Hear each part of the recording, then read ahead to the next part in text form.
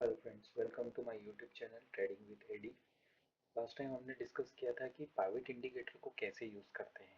Okay, लेकिन pivot indicator के साथ ही हमने एक रिट्रेसमेंट पे डिस्कस किया था कि डायरेक्ट पाइवट इंडिकेटर यूज़ करना मतलब एक रिस्की हो सकता है, क्योंकि कई बार क्या होता है कि R1 R2 R3 resistance break करता है या सपोर्ट ब्रेक करता है, तो उस टाइम पे मार्केट रिट्रेस हो जाता है। R2 से रिट्रेस हो गया तो उसमें ह्यूज बड़ा लॉस होने के चांसेस हमारे बढ़ जाते हैं। ओके, तो हमने रिट्रेसमेंट पे वर्क किया था कि जब हम तभी एंट्री लें जब हमें रिट्रेसमेंट मिले।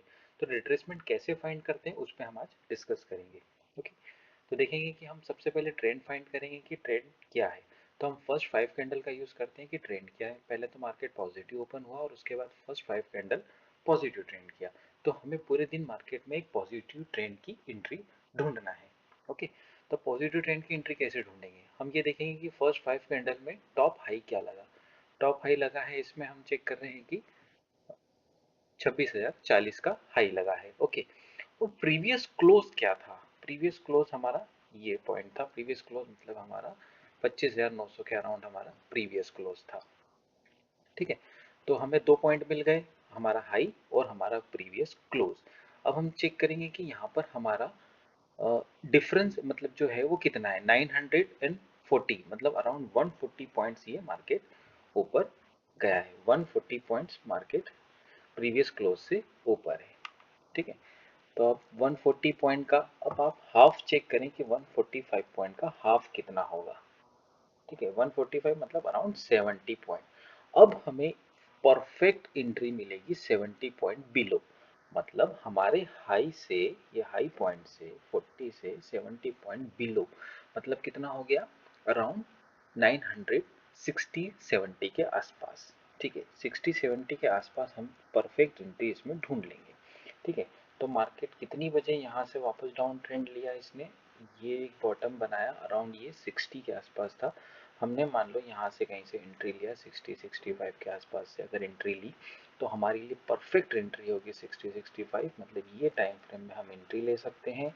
स्टॉप लॉस हमारे लिए प्रीवियस क्लोज रहेगा, मतलब अराउंड हमारा स्टॉप लॉस हो गया 900 के आसपास। ठीक है, 60 पॉइंट का स्टॉप लॉस और उसके बाद हमारे पास परफेक्ट एंट्री 40 तक का हाई लगाया, मतलब ये हो गया 60 से 40 अराउंड 80 पॉइंट्स हम प्रॉफिट बुक कर लेते हैं। स्टॉप लॉस हमारे पास 40 टू 60 पॉइंट का हमारा स्टॉप लॉस रहेगा। परफेक्ट एंट्री थी।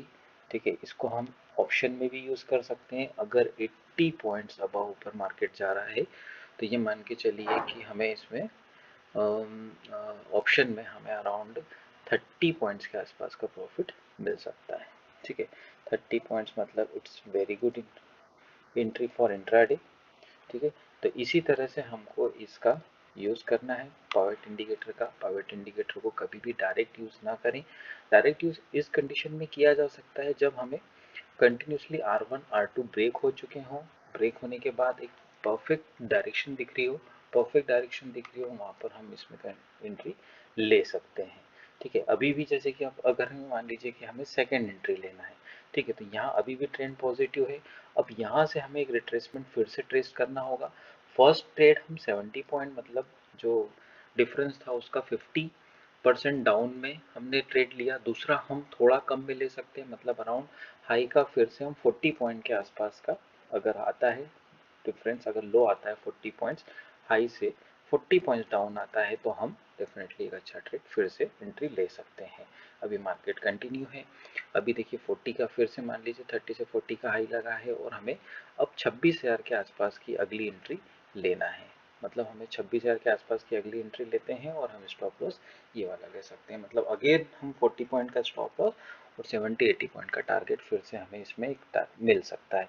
तो हम देखते हैं मार्केट क्लोजिंग तक कि आज हमें दोबारा एंट्री यहाँ पर मिलती है कि नहीं, और अगर दोबारा एंट्री मिलती है तो हम फिर एक शाम को एक इवनिंग वीडियो में मिलेंगे। तब तक